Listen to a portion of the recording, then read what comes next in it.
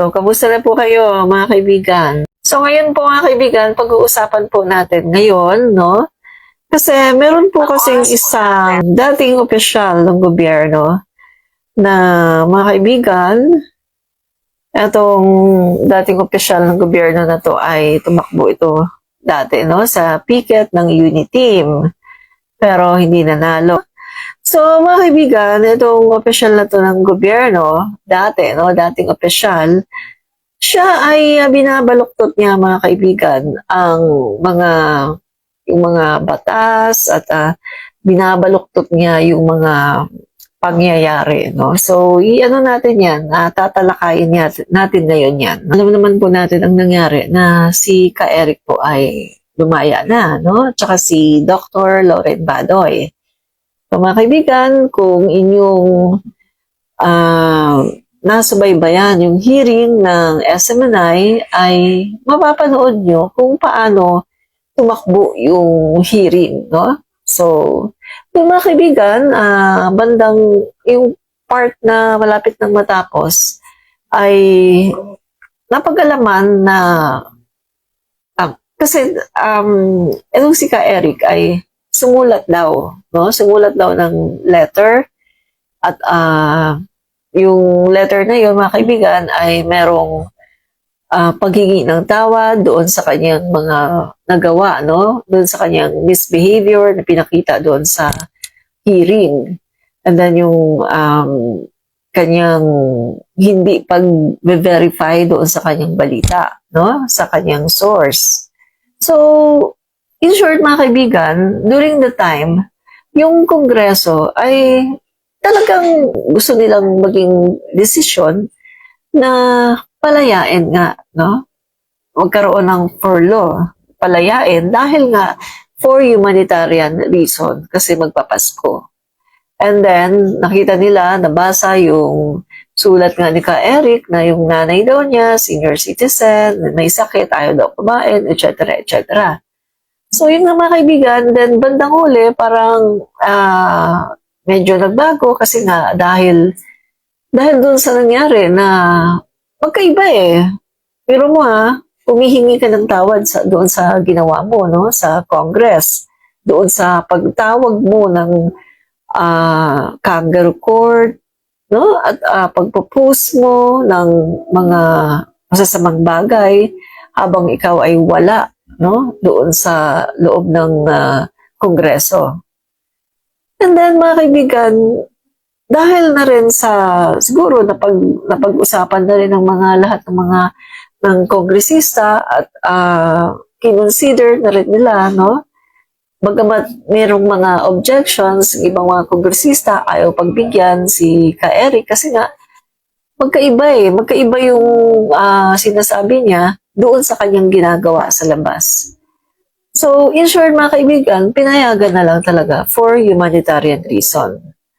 Pero kanina lang, no, napanood ko yung isang opisyal ng gobyerno at nakita ko, mga kaibigan, nanood ako saglit, no, doon sa kanyang live. And then nakita ko, tinitwist niya ng gusto yung mga pangyayari at ginagamit niya yung mga batas na sinasite niya, yung SOTO law. So, sa ating titingnan, pwede bang gamitin itong SOTO law ni na Ka Eric, no? Tingnan natin. Kasi itong opisyal ng gobyerno na to, binabanggit pa rin niya ang SOTO law, no? Dahil daw sa SOTO law, na hindi daw pwede na mawala yung rights nga ni Ka Eric, na wag niyang ibunyag yung kanyang source kasi para daw maproteksyonan, no? At under the SOTO law nga daw, karapatang pantao yun ni Ka Eric. So, mga kaibigan, tingnan natin kung pasok nga ba dito yung sitwasyon ni Ka Eric dito sa SOTO law na sinasabi. Okay, tingnan natin Okay. Manila, Philippines, the chairperson of the National Union of Journalists in the Philippines, NUJP, reminded the public on Sunday that the SOTO law is not an excuse for media practitioners to make baseless accusations using an anonymous source. No? So, galing ito sa National Union of Journalists in the Philippines. No? So, hindi daw ito pwedeng gamitin ng mga journalists, no, palaging ginagamit as an excuse, no, para doon sa mga baseless accusations, no. Kung titingnan natin, Republic Act 53 or the Soto Law exempts publishers.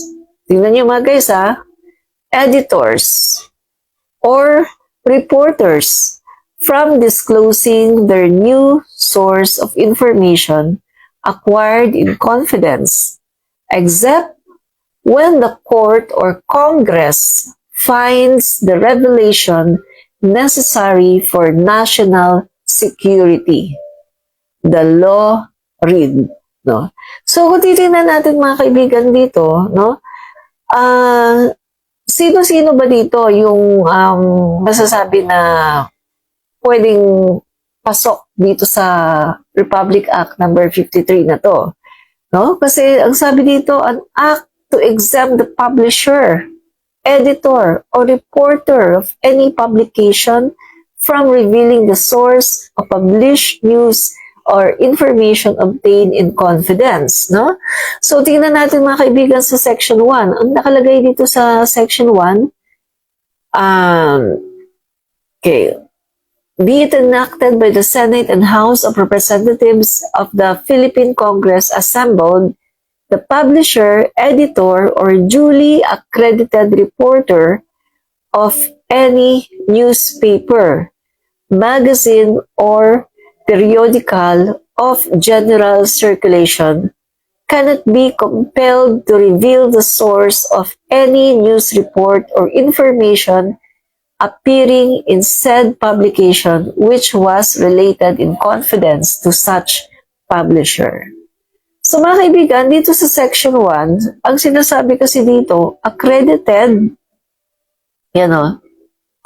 accredited reporter of any newspaper, magazine, or periodical of general circulation.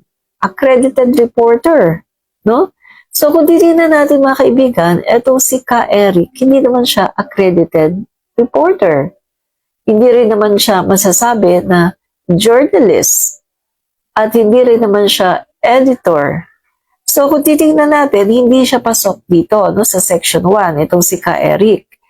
And then, mga kaibigan, tuloy natin, editor or reporter unless the court or House of Committee of Congress finds that such revelation is demanded by the interests of the state. So, kita nyo dito sa bandang ibaba, nakalagay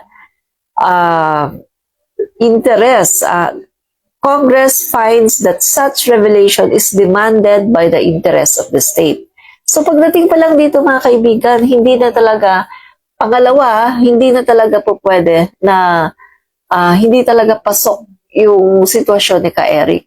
Kasi nga, mga kaibigan, dapat na niya talagang i-reveal kung sino yung kanyang source dahil ito, ang nangyari mga kaibigan, ito ay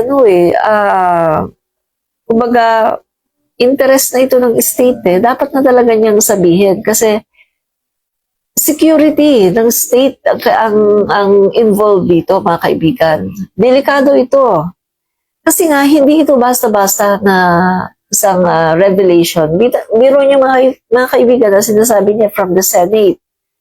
Kung titignan mo, dalawa lang naman yung house, di ba? Yung upper house and then lower house. Yung upper, yung Senate, and then yung lower, yung Congress.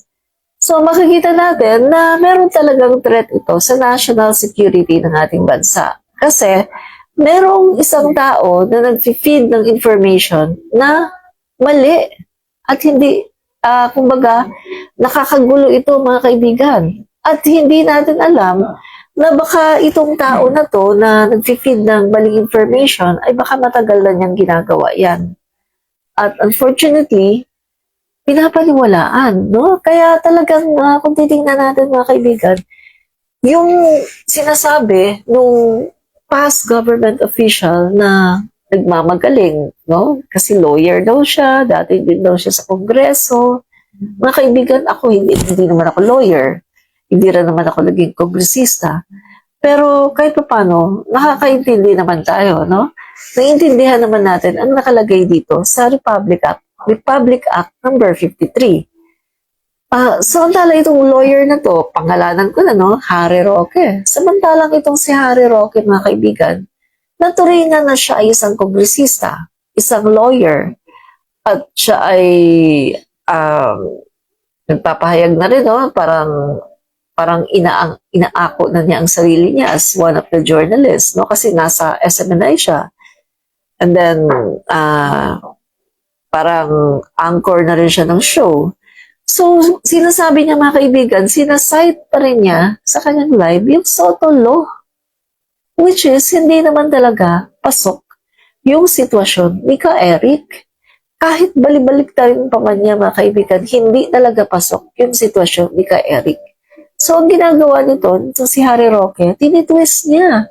Tinitwist niya itong batas. Tinitwist niya itong Republic Act number 53 na nakikita naman natin, hindi naman talaga pasok dito yung sitwasyon ni Ka Eric. Kasi, ang nakalagay dito, accredited reporter. Unang-una sa lahat, hindi accredited reporter si Ka Eric. Wala siyang official training, ni hindi man lang din member ng KBP. So talagang wala, hindi talaga siya pasok dito. At isa pa, ang sabi dito sa bandang huli, mga kaibigan, the court or a house of committee of Congress find that such revelation is demanded by the interest of the state. So nakalagay dito yan, mga kaibigan, Republic Act number 53, Section 1, interest of the state. So kapag involved na ang interest of the state, walang Soto Law, mga kaibigan. Hindi na ina-apply ang Soto Law. Exempted na yon. Walang Soto Law. Basta tungkol ito sa interest of the state, sa security ng ating bansa. Kasi delikado to, mga kaibigan. Merong nagkakalat ng chismis, merong nagkakalat ng mga disinformation para sirain ang house, ang lower house. At nanggaling pa sa upper house, ha? Delikado ito. At hindi natin alam, mga kaibigan, baka hindi lang ito once na ginawa. Baka marami ng mga disinformation ang tao na yon, no? Hindi pala natin matatawag na disinformation, kundi malinformation. Malinformation.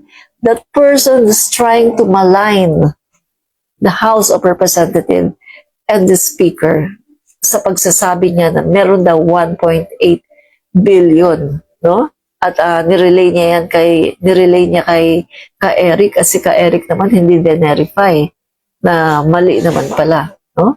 So pagdating dito, mga kaibigan, security of the state, wala ng Soto Law. Hindi mo pwedeng i-apply ang Soto Law doon. Kaya nakakatawa itong dating opisyal ng gobyerno, si Harry Roque. Tinitwist niya ang batas. Mga kaibigan, hindi naman tayo bobo mga Pilipino, di ba? Kahit, sabi ko nga sa inyo, hindi naman ako lawyer. Hindi rin naman ako naging kongresista. Pero marunong naman tayong magbasa at umintindi ng batas, mga kaibigan. Kailangan lang natin ng gamitin lang natin to at ang common sense. Hindi naman kailangan maging lawyer ka para maintindihan mo ang batas. Malinaw na malinaw dito, hindi pasok ang Soto Law sa sitwasyon ni Eric Celis. Pero pinagdidiinan pa rin ni Harry Roque ang Soto Law. Nakakatawa, di ba? Ay, nako. Ang sabi naman ni Enrique Sibulo, natakot ba mga tambalos-los na magalit ng tuluyan mga general at sipain ng tuluyan si Boss Kuting? Ayon kay Tong Butanding, nireveal daw sa kanya ni Eric kung sino ang kanyang source, kaya pinalaya. Liar, bakit di aminin na natakot kayo sa banta ng 146 retired and still active PMA officers? Nakakatawa si Enrique. You're kidding me. Alam mo, sa totoo lang, natatawa ako sa mga didi shit na to. Mga kaibigan, patay sila pananakot, no? Oh, assemble na, assemble. Tapos, mga kaibigan, Sunday pa lang, may nananakot na sa SOCMED. Assemble tayo, lahat ng mga didi shit, no?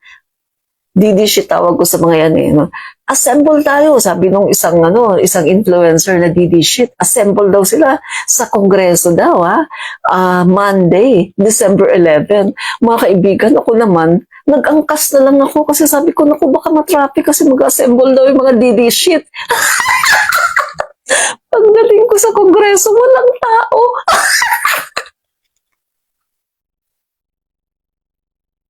Ganun ba kayo mag-assemble?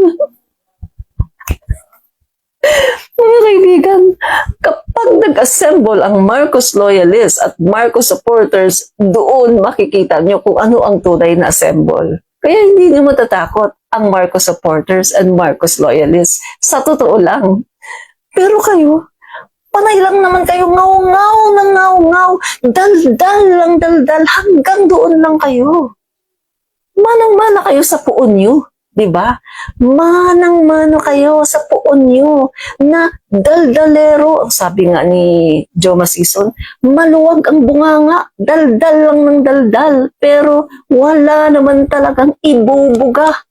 Biro mo pa na sabi, assemble, assemble. Oh, pagpunta ko ng kongreso, nag-angkas ako dahil ang akala ko baka hindi makakapasok yung sasakyan dahil biruin mo, nanawagan ng assemble. Pagdating nun, walang tao.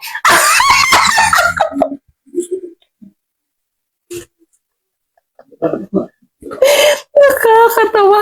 You're kidding me. Mga kaibigan, sorry. Talagang natatawa ako. Tawa talaga ako sa kanila. O sabi pa niya, banta daw ng 146 retired and still active PMA officers.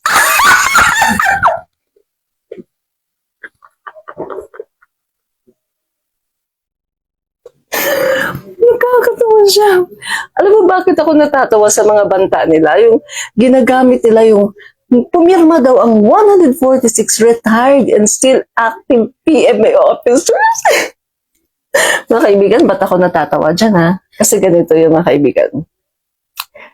Sa tingin niyo ba, yung mga 146 retired and sinasabi niyang still active PMA officers, sa tingin niyo ba, ibubuwis nila yung buhay nila, yung kanilang pagkatao, yung kanilang pamilya, para ipagtanggol yung mga yan? Pati yung inyong poon na daldalero?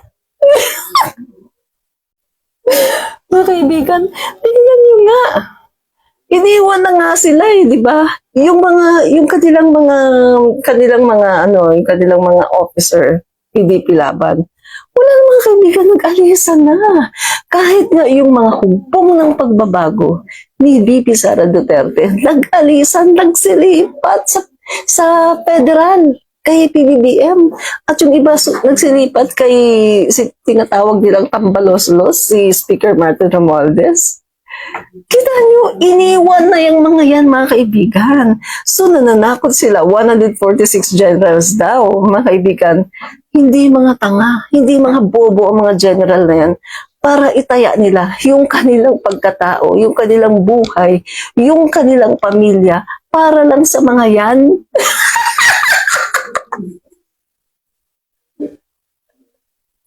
You're kidding me. Ako talaga natatawa, ha? So, mga kaibigan, huwag ka din naman kayo ng ibang yung ibang pananakot, no? Huwag yung sobra naman, halatang-halata naman, no? At sinasabi ko nga sa inyo palagi, hindi kasi yung pananakot, ginagawa yan. Gawin nyo. Huwag puro ngak-ngak ng ngak-ngak. Huwag puro ng daldal. Gawin nyo. Mag-assemble kayo. Tingnan natin kung merong pupunta.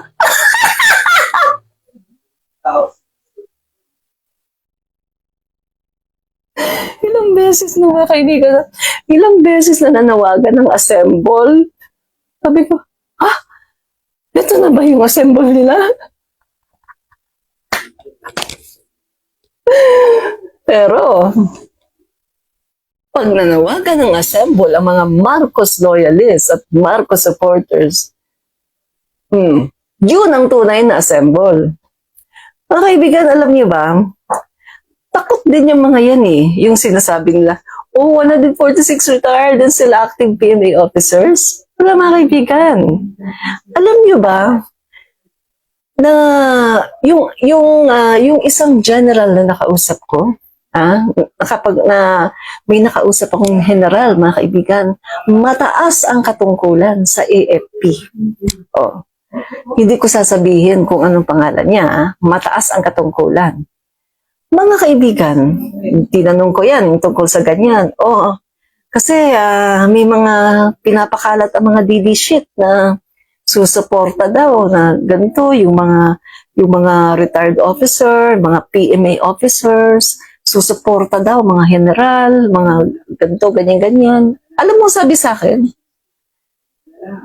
alam mo, intact ang AFP, intact yung mga iba-ibang mga branches ng AFP, mga Marines, yung mga SAF, intact daw lahat yan, nakasuporta sa ating Pangulo. At ano sabi niya? Yung mga pirma-pirma na yan, maaaring yung iba dyan, napilitan lang pumirma. Pero pagdating naman talaga na merong magsasabi na, punta tayo dito, wala yan. Hindi yan pupunta. Dahil hindi namin itataya ang aming uniforme at ang aming pamilya at aming sariling dangal para lang sa mga ganyan. Wala na yan. Dahil ang mga Pilipino pagod na sa mga ganyan, mga kudi-kudita. High-ranking official ang nagsabi sa akin nun. At parang yung iba daw dyan, yung mga pumipirma-pirma na yan, napipilitan. At saka, 146. Ilan ang bilang ng AFP natin? Ilan ang bilang ng mga Armed Forces of the Philippines natin? 146? Makakapabagsak ba yan ng gobyerno?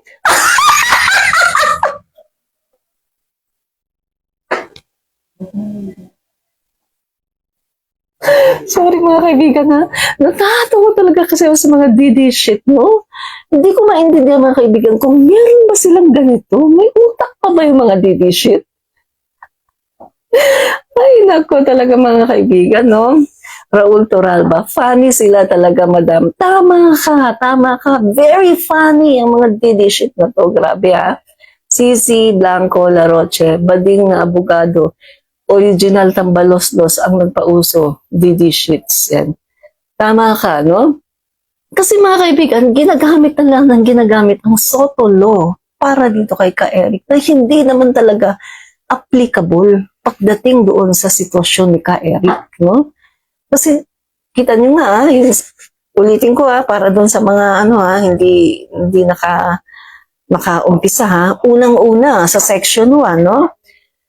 The publisher, editor, or duly accredited reporter of any newspaper, magazine, or periodical of general circulation cannot be compelled to reveal the source of any news report or information appearing in said publication which was related in confidence to such publisher. So, mga kaibigan, accredited reporter. Si Ka-Eric ay hindi accredited reporter. Lumabas yan doon sa hearing na siya pala ay hindi accredited reporter at hindi din siya accredited ng KBP at wala din siyang training tungkol sa pagiging journalism. Hindi siya accredited.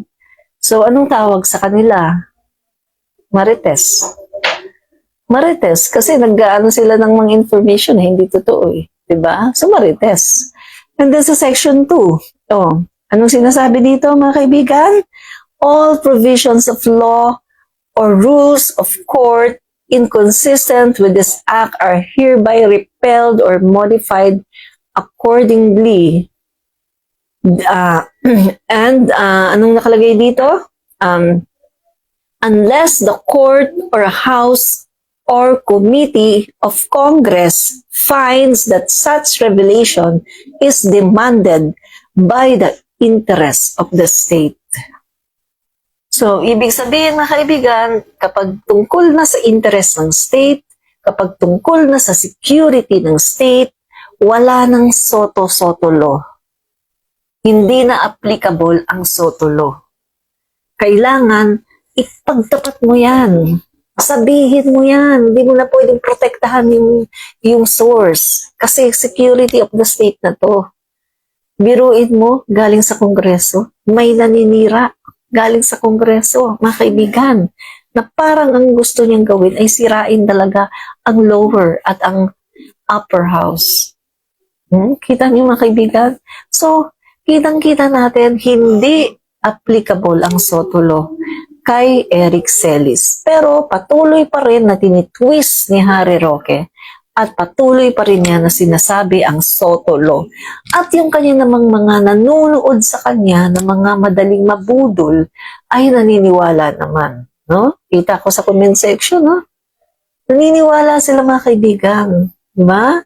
So, nakakalungkot, no? Kasi may mga tao pa rin talaga na ginagamit, no? Yung kanilang naging posisyon sa gobyerno, ginagamit yung kanilang influence para mambudol ng tao. Kasi malinaw na ang Soto Law ay hindi applicable kay Ka-Eric, no? So, yan po mga kaibigan na kinorek ko lang po kasi talagang sabi ko, naku, ang daming nabubudol, mga kaibigan. At ang pinagkakalat pa nila ngayon, natatakot daw ang Kongreso. No? Takot daw.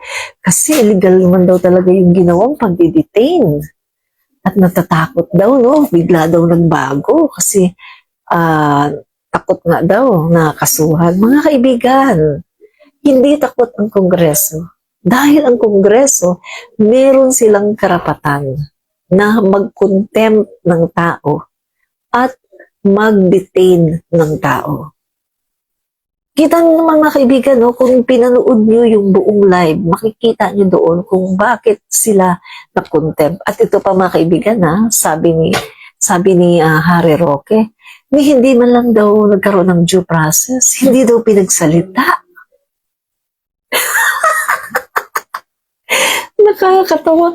Andun ako mga kaibigan. Kitang-kita ako. Dinig na dinig ng aking dalawang tenga. Pinagsalita sila.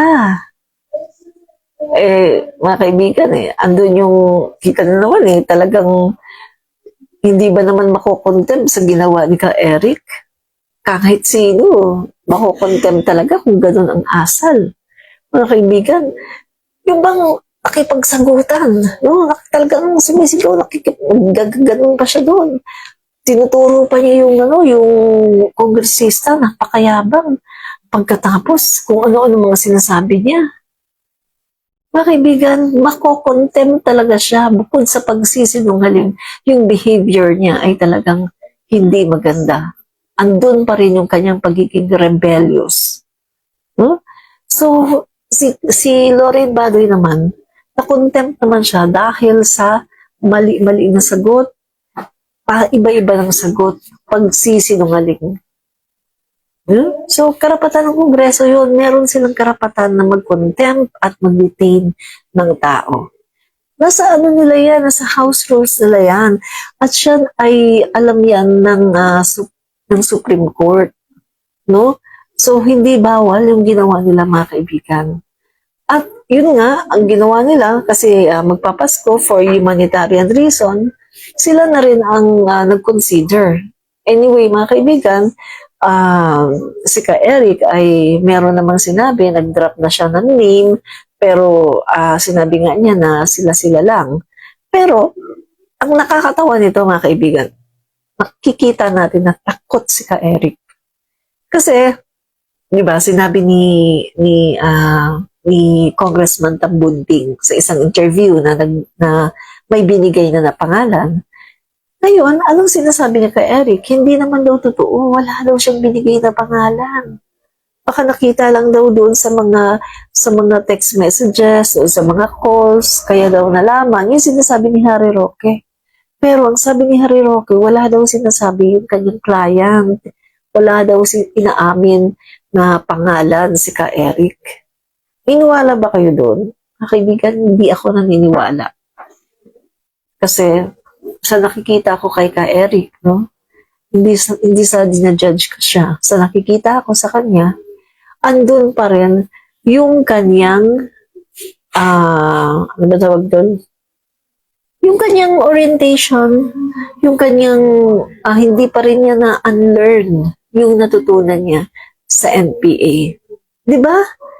Ano yung madalas niyang sabihin, mga kaibigan, sa SMNI? Ang itinuro daw sa kanila ng NPA ay ang pagsisinungaling. Hindi ko makalimutan yan. Sinasabi niya sa SMNI na tinuturuan daw sila paano maging magaling magsinungaling. Kaya nakikita ko sa kanya, hindi pa niya talaga na-unlearn yung kanyang mga natutunan noon. Andyan pa rin talaga sa kanya. Kasi nakita ko yung kanyang pagiging rebellious, yung mainitin ng ulo, biglang yung outburst of emotion, nakikipagsagutan, sumisigaw, and then nagtatawag ng kung ano-anong masasamang bagay tungkol sa Kongreso. So nakita ko, andun pa rin yun, mga kaibigan. Kaya hindi ako naniniwala sa sinasabi ni Harry Roque na wala daw sinabing pangalan ang kanyang kliyente. Mas naniniwala ako kay Tambunting na talagang meron ng sinabi na pangalan si Harry Roque. Si Eric Celis, no? Pero dinideny niya. Takot siguro siya, mga kaibigan, no? Takot siya. Baka isang mataas ito na opisyal na, or baka isang senador or may mataas na katungkulan dyan sa Senate, no? Kaya siguro siya natatakot. So, yun nga, mga kaibigan, no? Huwag tayong magpapabudol dahil ang Republic Act number 53 ay hindi po pasok sa sitwasyon ni Ka Eric, no? So, yun po, mga kaibigan, maraming po salamat. Yan lang po muna at babalik na lang po ako mamaya. Bye-bye! Patuloy po natin i-share ang ating video dahil shadow ban pa rin po ako. Pag sinabing shadow ban, kaunti lang ang nakakanood ng aking videos kasi less distribution, hindi po pinapadaan ni Meta sa mga newsfeed ng aking mga followers at ng mga Facebook user kasi shadow ban nga ako. No? Pero kahit shadow ban po ako, kahit konti lang yung manunood, patuloy po natin na isisiwalat dito yung mga katotohanan para yung mga fake news ay makombat natin. No? So, fight fake news, expose the truth. So, mga kaibigan, ang katotohanan po, ang SOTO law ay hindi pwedeng gamitin sa sitwasyon ni Ka Eric Celis. Bye! Kita nyo na, mga guys. Admin Ang reach. pinapakalat na balita ng mga taong gusto lang talaga Israel. Comentarista. Nakita naman natin na ang kanilang mga pinapakalat ay walang katotohanan. Paano pa man karami ng mga taong sa iyo ay nagagalit, ang talaga naman ikaw ay hindi ba? Pero, galingan mo lang. Dagdagan mo pa, mga kaibigan. At the end of the day, performance doesn't lie. Ito po, mga kaibigan, muli si Admin Rich. Fight fake news, expose the truth. Fight fake news, expose the truth. Fight fake news and expose the truth. Fight fake news, expose the truth. Fight fake news, expose the truth. At bawal ang fake news, expose the truth. Fight fake news.